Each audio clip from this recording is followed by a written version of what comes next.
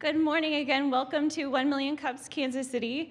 My name is Courtney. I'm one of your community organizers along with Milton and Toby this morning.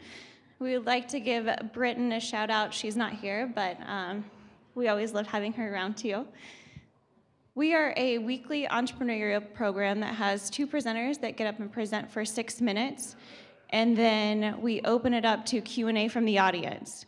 So if you have a question for the presenter, please raise your hand and we will come around with a mic.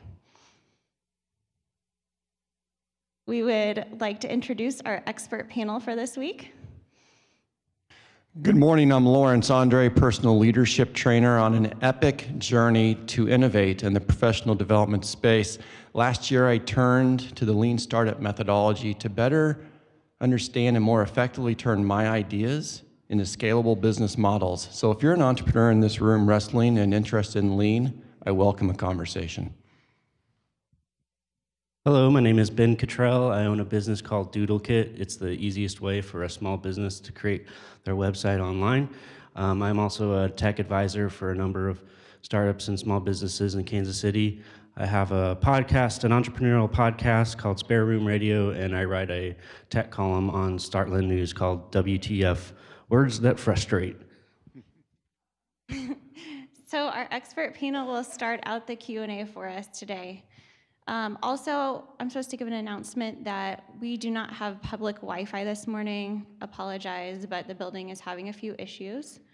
And then also, we're waiting on, I guess we have a couple buses of students coming in. So we're gonna wait just a minute before we get started because of like the distraction and interruption that they'll bring in. So maybe Toby can do some interpretive dance for you this morning. Thank you. Okay, looks like they are coming in now. No?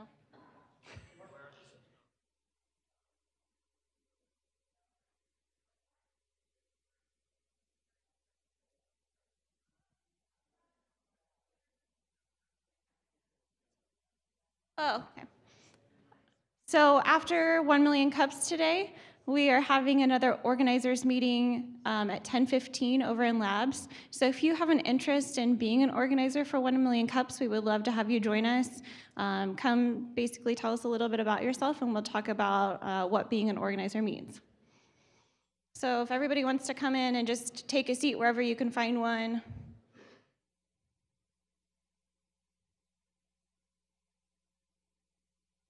Who's here for the first time today? Raise your hand. Wow, thanks for joining us this morning at 1 Million Cups. Who has been here more than 10 times? We have a few. Thank you guys for continually supporting us. We're good? Okay. So I would like to introduce our first presenter, Nick Gorgitza of Flavor KC.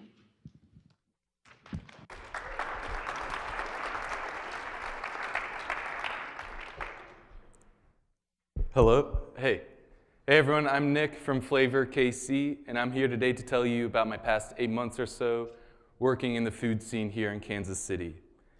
And that story begins with Go Local, a company I founded in April of last year.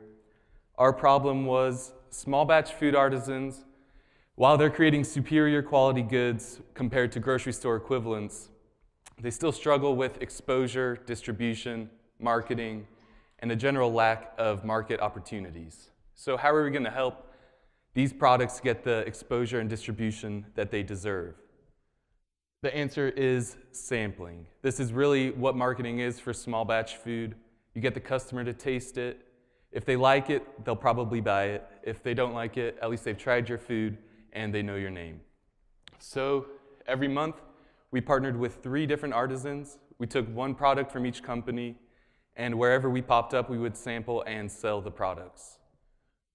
We popped up all over KC. We went to coffee shops, we went to retailers, museums, public events, and grocery stores. By the end of 2015, we passed out over 6,000 samples featuring 15 different KC food artisans. But sampling is very time intensive, so in October, we launched our monthly subscription package. Where as a subscriber, you get the 3 foods shipped to your door, And whether you subscribe as a snacker or a connoisseur, you're saving money versus purchasing at retail prices. That's Go Local in a nutshell. We were generating great exposure for these artisans, but we knew more was to be done in the distribution side. And throughout this experience, we talked with people in the business world, and we discovered a demand for these goods in the business world. So with that in mind, we shut down Go Local at the end of 2015, and just a couple weeks ago, we relaunched as Flavor KC. Flavor KC is a much more business-to-business oriented project. The B2B marketplace is the most valuable marketplace for these artisans. You get larger orders, easier, quicker fulfillment. But at the same time, it's harder for them to access because of the time it takes to cultivate all these relationships. And as an artisan, you only have a limited amount of products, which the larger corporate gift accounts are looking for a wide variety to give to their clients. So in December of last year, we launched our beta test of our corporate gift program. Basically, it's an online website. Whoever's in charge of purchasing the gifts can go on. They can choose from our curated boxes. If they know the tastes and preferences of their clients, they can build their own box and cater to these tastes. Or they can order samples and try the samples for themselves and build the boxes according to their own tastes. In a couple months, pretty soon, we're launching a new project to solve this problem. And basically, it's a monthly office snack box featuring locally made foods. There is lots of evidence out there that supports well-fed employees perform better than hungry employees. But also, this is a unique way for companies in Kansas City to take what's going on right now in Kansas City and integrate it into your company's culture. And if anyone here is interested in learning more about this, I'd love to speak to you afterwards. And now we get to competition. One thing we learned when we started this 8 months ago was that the community we're working in, it's a small, close-knit, and very supportive community. Some members of this community could be viewed as our competition, but really we like to think of them as partners because we're all working towards the same goal, which is making the local choice your default choice in your purchasing train of thought. However, on a national level, we do have more distinctive competition, and the corporate gifts marketplace is very competitive. But in both these arenas, we feel as though our ability to provide easy access to a wide range of high-quality local goods will be our advantage. And yeah, that's it. I'd like to say thank you to everyone for listening. Feel free to check out our social media, and thanks to 1 Million Cups for doing this every week.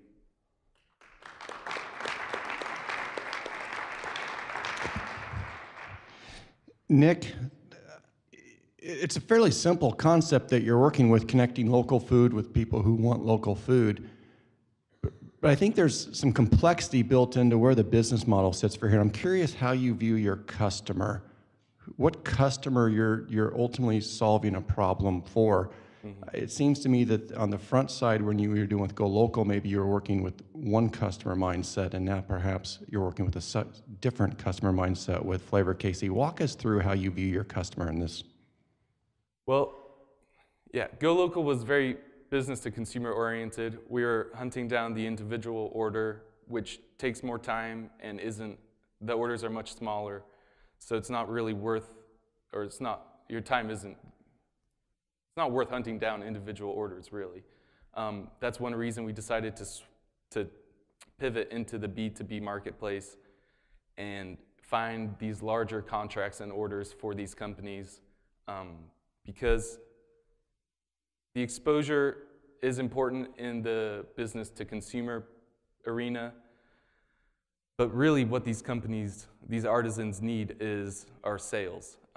We buy everything at wholesale, so for both us and for our artisan partners, we needed to find a way to increase the order size that we were generating orders last year, but we knew there was more that could be done. And that's kind of why we decided to pivot into the B2B marketplace.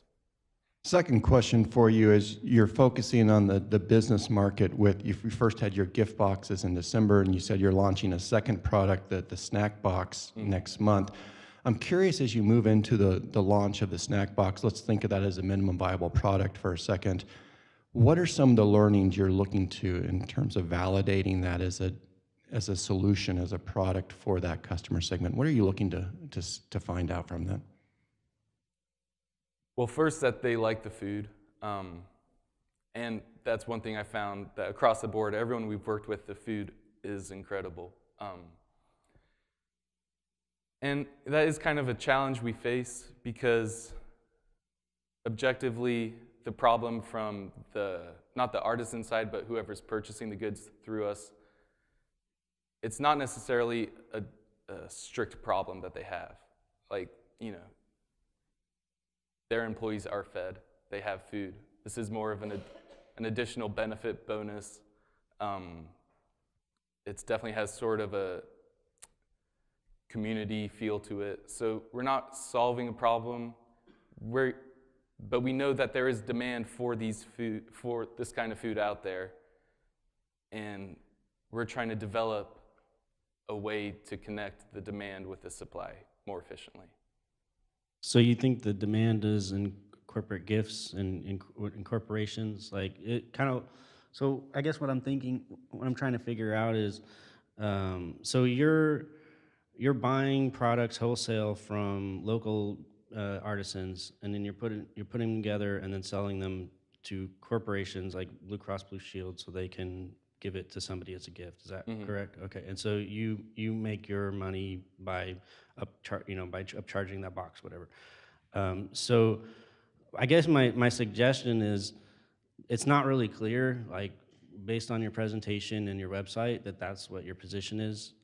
I thought at first it was like a box program or whatever, a subscription thing where I could just sign up for $25 a month and just get cool KC stuff every month. And I thought that was actually kind of cool thought.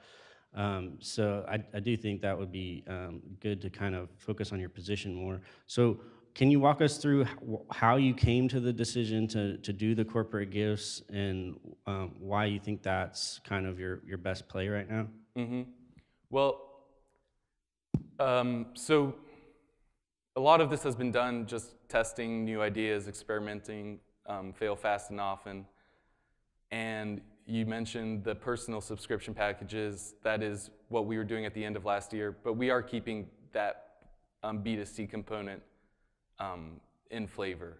Like, that's transitioning over, and we're still gonna keep on doing samplings. Those aren't just gonna be the main revenue drivers of the company because it wasn't enough to drive the company. So that's kind of why we decided to switch our main focus to the B2B marketplace. And this change has all happened within the past month, so that's another reason our website quite isn't up to date. But definitely, if anyone here wants to subscribe, you can still go on and subscribe to either the Connoisseur or Snacker.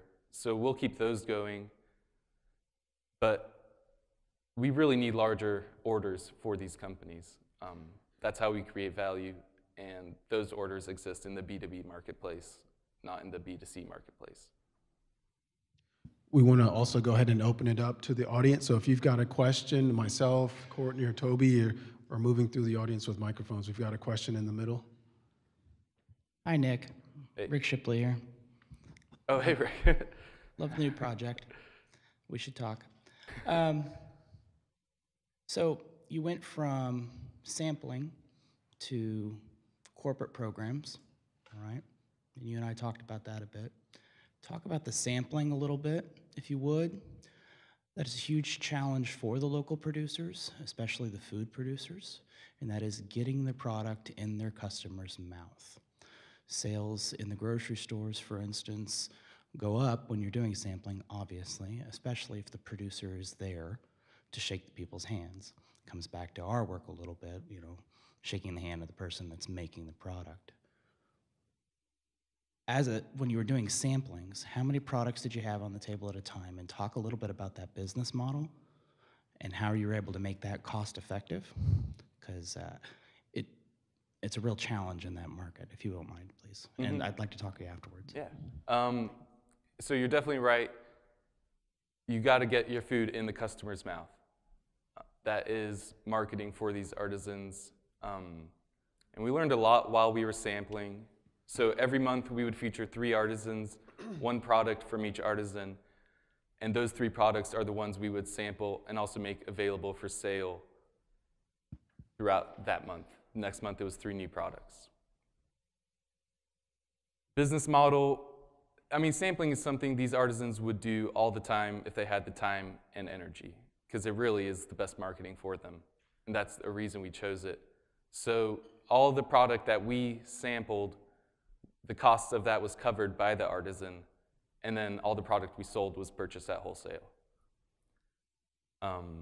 We learned some interesting things sampling. First of all, just grocery stores in general are very tricky marketplaces. Even when you're sampling, you're giving away free food. People aren't very friendly.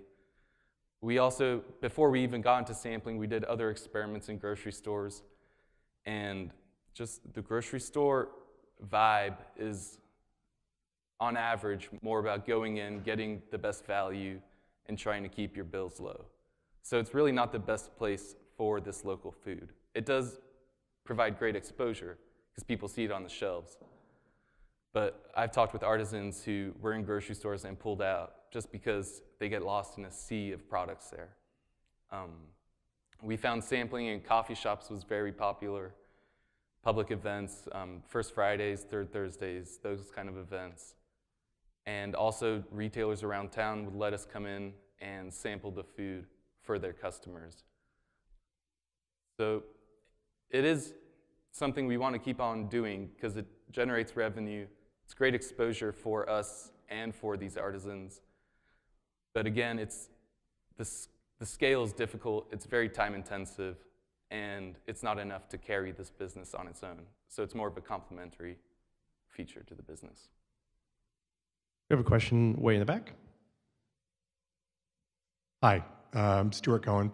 It's great that you're enabling the local food artisans and giving them an outlet. It's great. I have 2 questions for you. The first one is, can you be a little more clarifying on the customer or the audience for the snack product that you're kind of leaning towards right now? As The a new office product? snack box?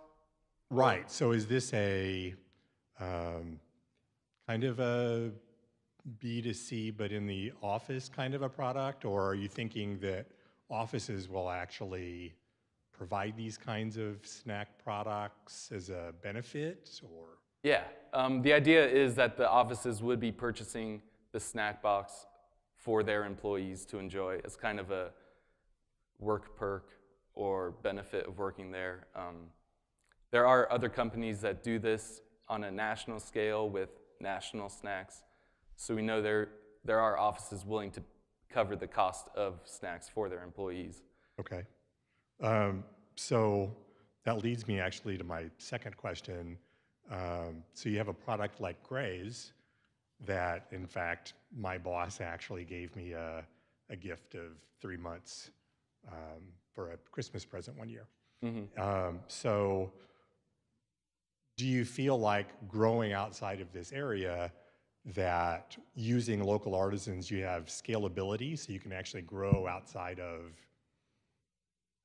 Well, the idea local is customers? Yeah, so the advantages we have over someone like Graze is kind of our connection to the hyper-local community of food. And obviously someone in LA would not be that as interested about eating KC food as a Kansas Cityan. So the long-term idea is to start flavor chapters in different cities across America featuring their own unique flavors of that city. Question for you in the front. Hi, Nick. Nice presentation. Can you tell me a little bit more about how you're actually acquiring customers and from both sides, from the artisans and actually the end users as well? And I'm curious, it's great to have the idea of having them have snacks in the office, but what about also the angle of having them have a gift box to send out at the holidays wherever their customers might give you some more volume as well? Definitely. So how do we get our customers? On the business to consumer side, a lot of social media, online marketing, that kind of stuff, but also the samplings. It lets people know what we're doing. We take the opportunity to tell them what we do. We collect emails, and those go on our email list, which we funnel down to conversions. How do we get the artisans? At the beginning, it was a lot of cold calling. You go out there, you kind of have to get to know them, earn their trust a little bit, because you are, in the end, representing their brand. And for a lot of these artisans, it's their baby. They spend all their time working on it. But now we're getting more recognition. We have some artisans come talk to us. But we tried very hard from the beginning to build this service so it's kind of a no-brainer for artisans to work with us. And B2B clients, to date, it's been word of mouth, networking, just connections. And definitely, if an office subscribes to our monthly snack box, they'll definitely know about our corporate gifts that we can offer them as well. Nick, I've got a question for you as well. On our description, it mentions that once you set up that first initial purchase or transaction, that you pretty much step out of the way. And I didn't quite catch, how does the relationship continue as far as, you earn the one-time fee? Is there some type of continual relationship financially? Yeah, so that description might have needed to been adjusted a little bit. But last year when we were still Go Local, that was pertaining more to distribution, especially doing these samplings around town. We would sample at locations that wanted to feature these artisans permanently in their shop. And so in that case, it was we had a one-time fee for connecting those parties. And then after they paid that fee and the first order was placed on the store shelves, the rest of that relationship was exclusively between whoever hosted the product and the artisan.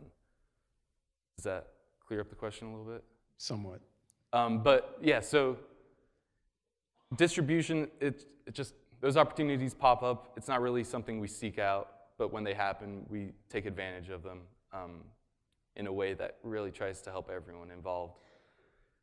But as of now, there are no, in terms of sampling and the other things we're doing, there are no fees for the artisans. They just cover the cost of sampled food, and then everything else is purchased at wholesale.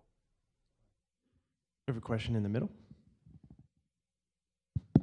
Hi. So it sounds like your business model is you're acting as an aggregator. You have your artisans on one side and you have the customers on the other side. Are you using some sort of a technology platform to actually do all the transactions and maintain all of this in store? Because I think if you did that, you could actually scale it to your local flavor chapters and other places. It's almost like an Etsy, of food. Yeah. Well, right now everything's done on Shopify. It's been the best service that I found for both point of sale, the swiping purchases, and they have an online store. It's a really great platform. Sorry? Yeah. But it's probably one of the most popular ones in the e-commerce area. And then, for right now, it suits our needs. As we grow, we might have to end up building, a custom platform, especially with different chapters, to make it easy for everyone and integrate everything. But I have some experience in web development, so that's been helpful to at least learn what's helpful, what's not helpful. As of now, Shopify's been great. And Nick, I have a question for you. For a lot of the students in the room, can you talk a little bit more about your entrepreneurial journey and how you got here today? Yeah. It's been a long journey, and you do a lot of work for not immediately visible returns. But that's kind of the allure of entrepreneurship. You just keep on working. I really like the phrase, entrepreneurship is all about failing. You're going to fail a lot. But you only have to be right one time for it to work. And that's just kind of the spirit behind entrepreneurship. I would highly recommend, like, today more than ever, it's so easy to start your own business. Don't be worried about failing. Just if you have an idea, you can make a website in 5 minutes, spend a couple hundred on advertising online, and you never know what can happen. We've got a few more minutes here, so I think we'll just ask a couple more questions. And one of the things that you just touched on is that you've got a little bit of a background in web development, right? So in figuring out like what e-commerce platform to use, you mentioned that you settled on Shopify. Can you tell us a little bit about how your web background maybe played into that decision? Well, a previous business I started, I built a custom website for it. And it was very difficult, took a long time, and a lot of banging your head on the desk. And all of us, after enough of that, you realize you don't have to bang your head on the desk. There are people out there that have already built just great tools that are accessible for you. It saves you so much time, energy, and it even accelerates your progress. So there's a lot of trial and error in trying out different platforms when you're programming, trying out different languages. But so we started with our own website for Go Local, realized that was not the way to go because so much more goes into building and maintaining a website than just design. Then we used a couple other of these website providers. Personally, I never tried Square. I ended up on Shopify, I think based on a friend's recommendation, but Shopify has everything covered from the point of sale to the online store. They send you incredible resources to use, blogs that give you tips. You can connect with other Shopify stores. It's a great community of e-commerce businesses, and there's a lot to learn, and it's a lot easier than you think it might be. We've got one more question from our panelists. Nick, maybe I missed it, but people are entrepreneurial minded. They always have ideas. They're always looking for problems to solve. Sometimes it's getting a focus area, and I'm curious why you chose the food segment here. What's attracted to you? What's beating inside you that says this is an area, local food, local Kansas City food artisans? What is drawing you to finding and solving problems in this area? That is a big problem in entrepreneurship, especially when you're open to new ideas and you're experimenting. That many more opportunities come up, and there are different paths you can take. So, well, personally, I love food. And also food is, everyone eats food. So it's, everyone here is a potential client, which makes it easier. There has always been the option to include other locally made goods. There's a lot of soaps, clothing, accessories, that kind of stuff made local, high quality. But as you said, it's important to keep focused. So we decided to do food and stay focused on it until at least there's inconclusive evidence that we need to expand into other areas. One final question for you, Nick. As a community, what can we do to help you? Well, right now, what we're really looking for is connections and feedback, especially in our two B2B projects, the corporate gifts and an office snack box. If you or anyone you know might be interested, I'd love to chat with you afterwards and just get your feedback so we can learn how to best build this to meet your needs. Outside of that, social media is huge. Follow us, write really funny feedback comments, and yeah, and whether it's us or it's somebody else or you're going straight to the artisan, we're really about making the default purchasing choice the local option. So whenever you have that option, think local first. Nick, thank you so much for coming and presenting today.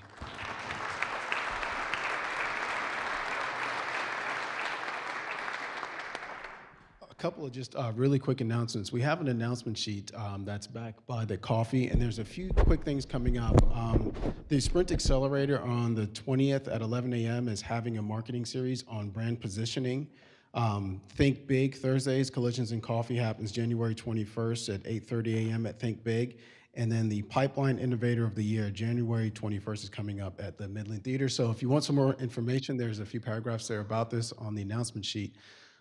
Before we bring up our next presenter, one of the things that we like to do is just to kind of say thank you to, one of our loyal 1MC participants that come and support us every week. And we like to do that by presenting them with a special token of our appreciation, which we call the Mug Club. So here's the thing, it's kind of random, but if you've been here more than 10 times to 1 Million Cups, let's see your hand. And if you haven't received one of our mugs yet. Okay, we've got Courtney in the back. I think she has spotted someone out. I see her moving over here. I think I'm going to pick on Scott Warren this week. All right. Scott, if you want to come up and tell us a little bit about yourself and why you come to 1 Million Cups. Good morning. My name is Scott Warren. I'm the founder and owner of Liberate Electronic Design. We're an electronic design and manufacturing company here in Kansas City. Been in business 5 years, working with entrepreneurs and small startups to help them bring new electronic products to market. We're innovating some new business models in this space to remove barriers to entry for these entrepreneurs and startups that are trying to build electronic products, physical products, and we want to see them made right here in Kansas City, not shipped overseas. So I come here, I've been coming on and off for about 3 years, more off than on, unfortunately. It's always a great time to be here and to hear what's new, but I come just to keep my finger on the pulse of entrepreneurship in Kansas City and to see what new businesses and products and things are coming out.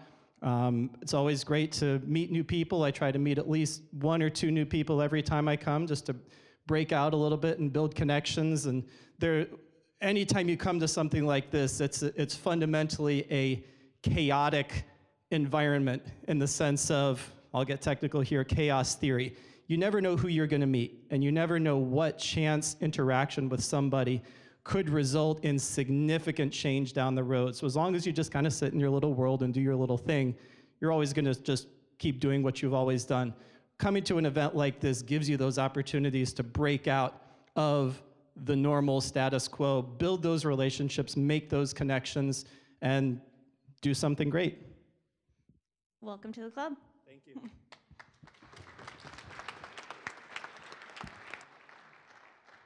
Our next company, Launch Code, is a startup nonprofit dedicated to helping people create better lives in communities through technology education and job placement. We want to welcome Catherine Golden to the stage.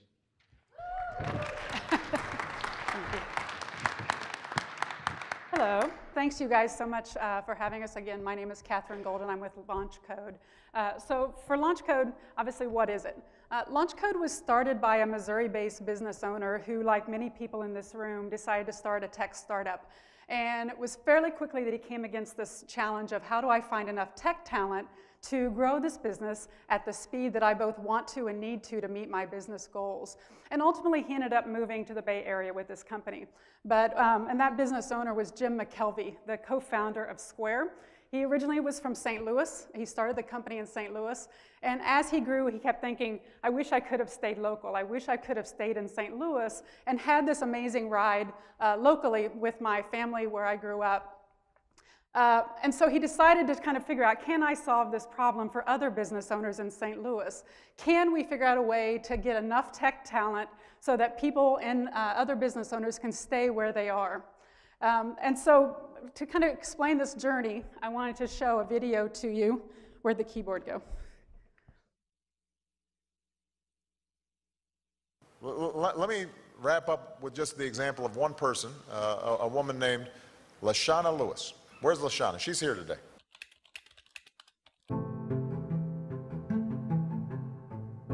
For many, many years, I've been coding, and one of that I ended up doing was getting kind of shoved into customer service for like 10 years. But let's roll back the clock. Now, the reason Lashana's story is so relevant is Lashana grew up in East St. Louis, I spent 18 years of my life there. I went to high school and I approached the computer science teacher and I said, I want to go in and I want to learn how to program. And he said, okay, take a seat. He encouraged me, my mother and my family encouraged me, and I just decided to go into college as a computer science major. And I ended up having to leave. And it was kind of a very depressing part for me. And because she didn't have a college degree, she couldn't even get an interview for a tech job, despite her coding skills. So she was working as a bus driver, and she was working in entry-level jobs. I never really fully got a chance to go into technology like I wanted to. So that's when I ended up going to LaunchCode, and the rest of it is history. LaShawna had the skills. LaunchCode went to bat for her. And today, she's a system engineer at MasterCard.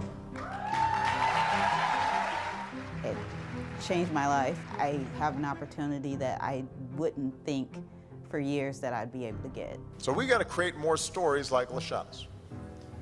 And if we do, then we are going to more effectively capture what is the boundless energy and talent of Americans who, have the will, but sometimes need a little help clearing out the way. I would describe LaunchCode as an opportunity to show yourself. I feel like LaunchCode actually took a look at me and my skills and saw what I can do and took me to the next level.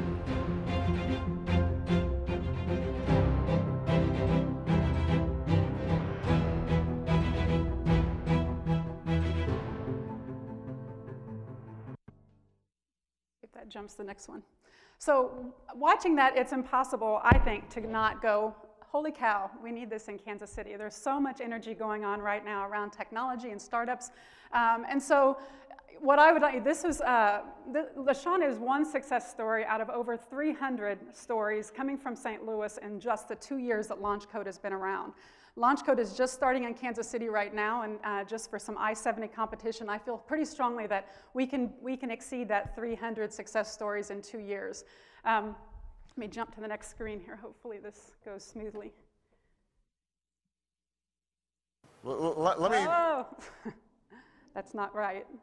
Okay, there we go. So when you think about what kinds of companies would want to bring in LaShawna from Kansas City, the answer is we need the entire business community. This only works if everybody gets on board and says this is really a movement that can take over Kansas City.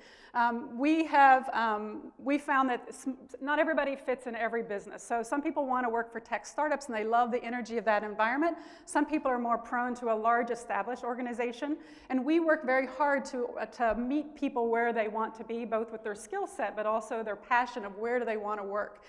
We have been in Kansas City 3 days, even though this is a very proven success model in both St. Louis and Miami right now, Southern Florida.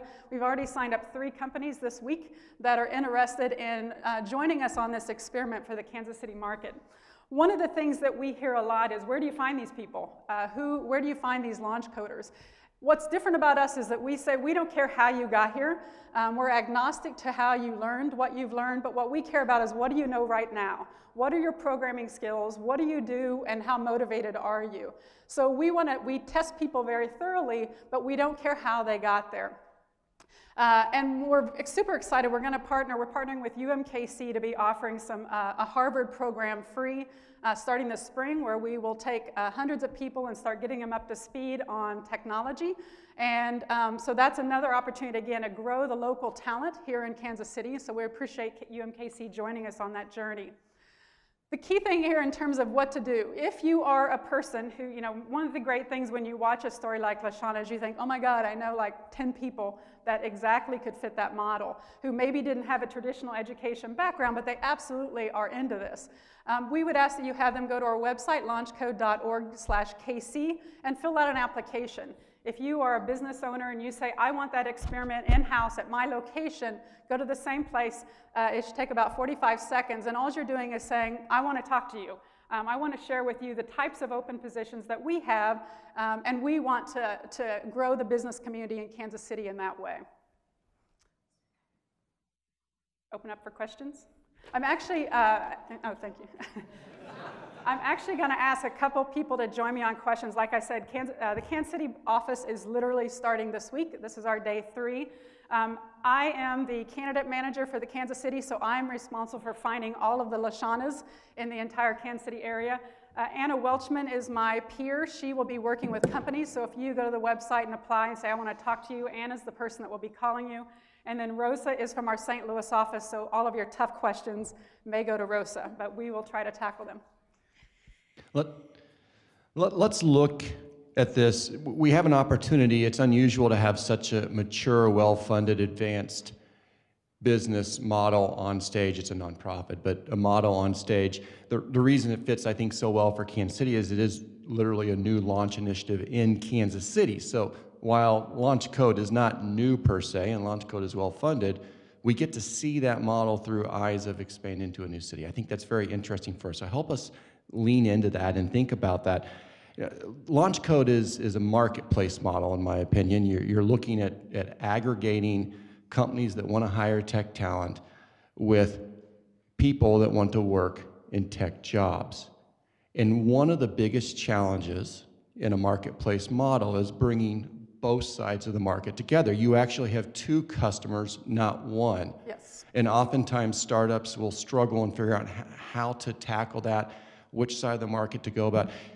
I had a chance to talk with Anna a little bit before your presentation. I know that you went from St. Louis, you started in St. Louis, you went to then Miami, and now you're coming to Kansas City. Walk us through some of the learnings you've had on how you're going to attack the marketplace challenge here in Kansas City. Yeah, and LaShawna, was mentioned a little bit. Kind of the key thing here is that we are matching those 2 audiences together through apprenticeships. And that's kind of a different model than some people think about. And so essentially as a company, when you're signing on and you say, I'm interested in filling in some of these tech positions that I've had open for a while with someone, what you're really saying is, I want to try before I buy. And so you sign on, and what we put people through a pretty intense, rigorous interview process to make sure their coding skills are what they say they are and what we know you need in order to be successful. And then you as a company have a chance to interview them like you normally would, but we really have already vetted them for you, so that first phase is really a great gift to you. You then agree to bring them on for 90 days. It's a paid apprenticeship, and you pair them with your very best person, is that what we have found to be the most successful model. You want to duplicate your best people, so you mentor them for those 90 days. At the end of 90 days, you have the opportunity to hire them on full-time, or you say, you know, it didn't really work out this time, I want to try for another person. So I think the bridging of those 2 audiences really is about that apprenticeship and how to make that work. Anna, you mentioned something about what you learned, what the company learned about going to Miami and how that's applying to Kansas City. Can you share some of that insight on that journey? Absolutely. So moving into Miami and now Kansas City. Oh, look at that, I'm mobile. Nice. Thanks, Milton. So in Miami, one of the things that we learned quickly, and I'm sure many of you are asking yourselves, what do you tackle first? Are you bringing in the new candidates, filling that pipeline, or are you starting with the company side of things? In Miami, and we've constantly battled this conversation ourselves, and it's always like, what comes first, the chicken or the egg? In Miami, we had an influx of candidates originally, and so we were still very successful there, but in Kansas City, what we learned from Miami is that we really want to get a lot of companies on board with us quickly for a number of reasons. First, I'm sure as many of you know, Kansas City and Miami are incredibly different cultures. The business world, everything it's very different. So we want to make sure we have a good understanding for what Kansas City companies are looking for and how we need to sculpt our education programs to help the tech community get up to speed for what the companies are looking for. So absolutely we want to get them on board with us. And secondly, we need talent as well. So we're running in tandem. We have a lot of people in our playground right now that are ready to be placed. So we've got a lot of work ahead of us, but trying to run in tandem. Week 1, again, this is literally day 3 for us. But right now we're focusing on getting some companies on board. First off, I absolutely love this in a very personal way. It's something I've given a lot of thought to. I want to see it be very successful. I was thinking, I am a MindDrive mentor, and they do coding classes, so just a note, you might want to talk to them, source for talent. But I'm going to play the devil's advocate, and let's say that I'm not, I don't see the value in the sort of the you know, getting people that need jobs. You know, how do you sell this to somebody as a better way than the more traditional hiring method? You know. Do you want to take that? You want me to? I'll take a shot at it. Go for it. Great question again, and again, day 3, so go easy on me, guys. But what we found is, first, there's something that kind of makes us different than a lot of different organizations. We're providing net talent. We're not going out and moving people from company to company. We're really developing individuals and adding them to the tech talent group. So I think it's kind of an interesting viewpoint from the company's point of view. And everyone in this room, if anyone's responsible for hiring tech talent, they know in Kansas City there's a huge gap. So I think it's going to be hard to find those people that are like, oh man, I've just got a huge influx of tech talent that I'm picking from. So I'm hoping we don't run into that very often. And Rosa, I don't know if in St. Louis you've run into anything that's been helping drag people in as well. You're doing great. Yeah, Okay, I mean, I'm doing great. I think the big thing is that, you know, when I was considering this opportunity as an employee, it's hard to not like this. I mean, this is like a thing, you know, how can you not like helping change someone from an $8 an hour job to a tech opportunity? It's a hard thing to be negative about. From an employer standpoint, really, they're just looking at risk. How's this person not going to work? Are they not good enough? Are they not going to fit in with our culture? Are they going to leave us soon? It's the same challenges you have if you poach somebody from another opportunity. What you get from that is that we've already tested their skills. We put them through some coding tests. We have interviewers who are very technical who will quiz them. Something that I super love about this is that if we put them through the rigors and we say, you know what, your Java's lacking a little bit here, we don't just say, sorry, go away, like you would in a normal environment. What we say is, we know you're short in 3 areas. Here's some resources, go out, conquer those 3 areas, and come back to us and we'll start this process again. We'll send them back through the funnel and see if they brought their skills up. And for me, I think that's fantastic. And I completely agree. And just to piggyback off what Catherine had just mentioned, and not only are we helping with their development skills, but also soft skills. So if we interview somebody and maybe their communication skills or their interview skills are just slightly off, we take the time to mentor them through that as well. Because, you know, in like Lashana's case, she may not have ever been through a formal interview process, and that can be really intimidating for people. So we try to take a 360 view of it with our candidates. And the reason I asked that question is because what you just said is extremely valuable to, as an employer that's looking for tech talent, knowing that there's an extra step of vetting and training is extremely valuable. So I would kind of push that forward when you're talking about it, because that's something that you have that others don't. Absolutely, yeah. That 6-minute time limit really crunched me.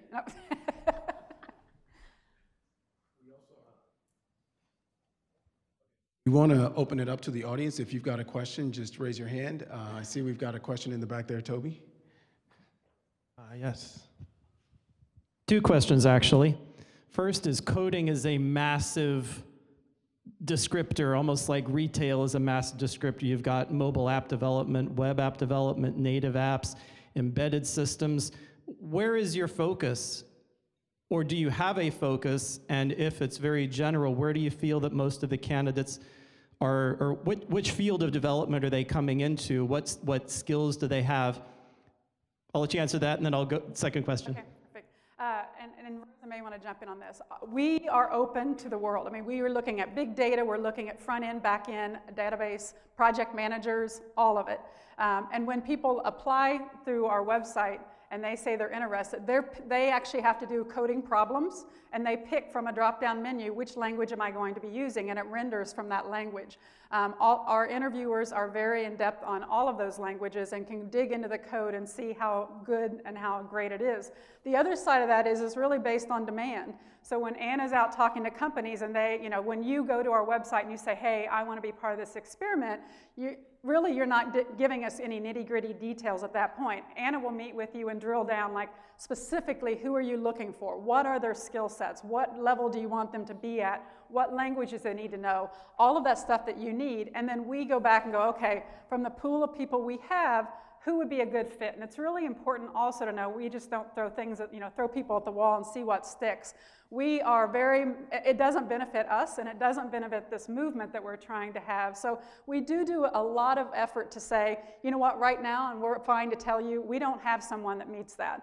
But we're going to work on it. We're going to see if we find that person. And we may only present one person to you because that's who we believe is the right person for the opportunity that you have. So, and it comes back to that chicken or egg thing. Like, we're trying at the same time to get everyone signed up that is interested in a tech opportunity and all the companies. But it may be a thing where for your opportunity, you may have 5 openings and we only have somebody for the first one right now since we're new. But we'll keep coming back to you and working on filling that gap.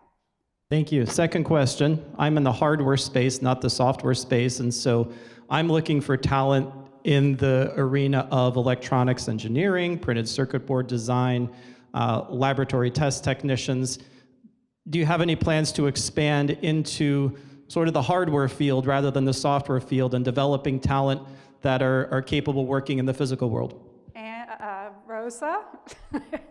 Great question.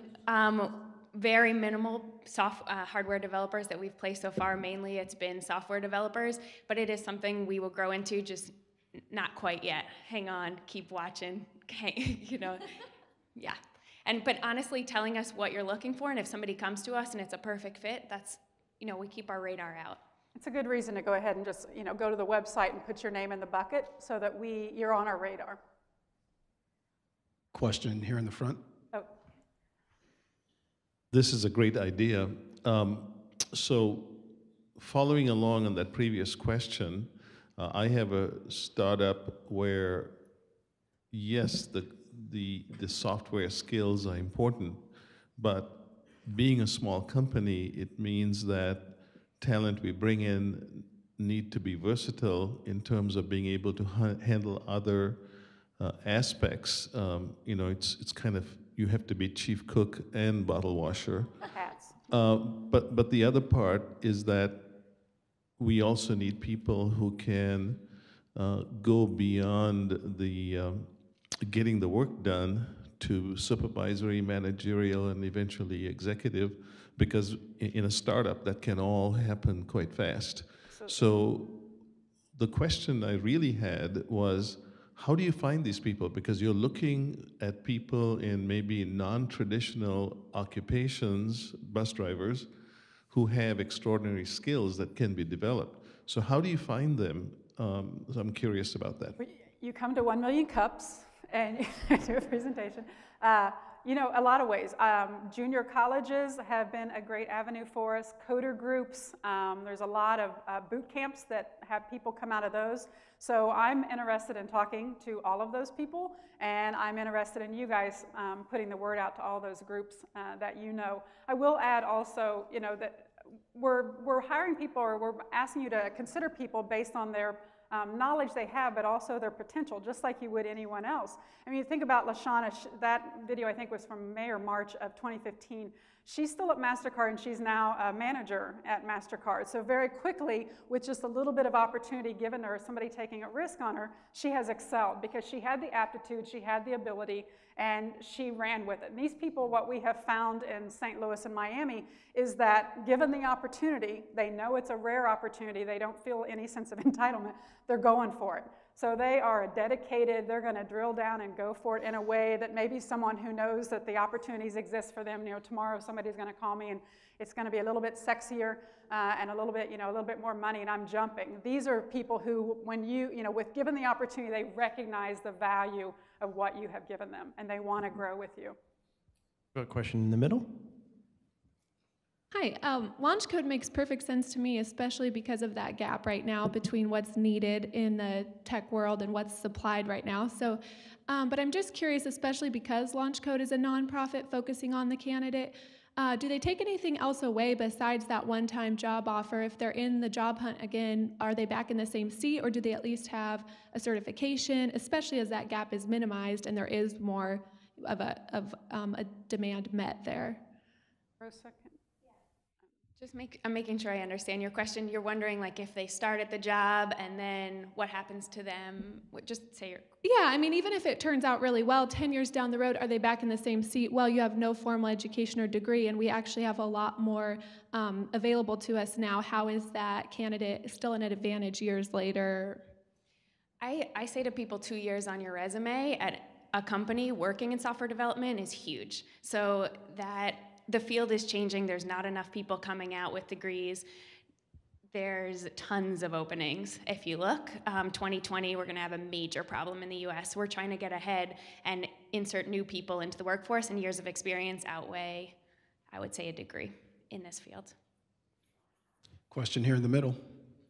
Okay. Hi, Jim. Hi, Anna. How are you? Yeah, So great. I was going to say, I'm actually, instead of a question, I'll do a little bit of an unpaid endorsement. So we, as an employer, actually started with LaunchCode last year, working out of St. Louis. So I've had the opportunity to vet a few people through and everything else. So the process is really nice. Like for us, we're a shop that we work with Ruby, we work with Angular, we work with Python. So we give that to them. They actually go out and they came back with some really good candidates. Unfortunately, none of them were in Kansas City yet. So I remember the guy from Los Angeles was a bank teller, but had really good skills. And the way it comes back for an employer, they actually rank them. So we'll see, 3 or 4 languages, they get a 1 score in, and a couple others, they get a 2 score. So I can really look at that and say, okay, this is a good match, and I can really bring this person in. So I think their vetting job they do is really well. So I know a lot of look at the question, how's it work for employer? It's great for employer. I mean, it's a really inexpensive headhunter system, basically, that I think they're doing a good job of vetting and bringing that in. So as I said, more of an unpaid endorsement than a question, but. Hey, we're taking it. And I will actually add, because I think that kind of as a feed into your question. So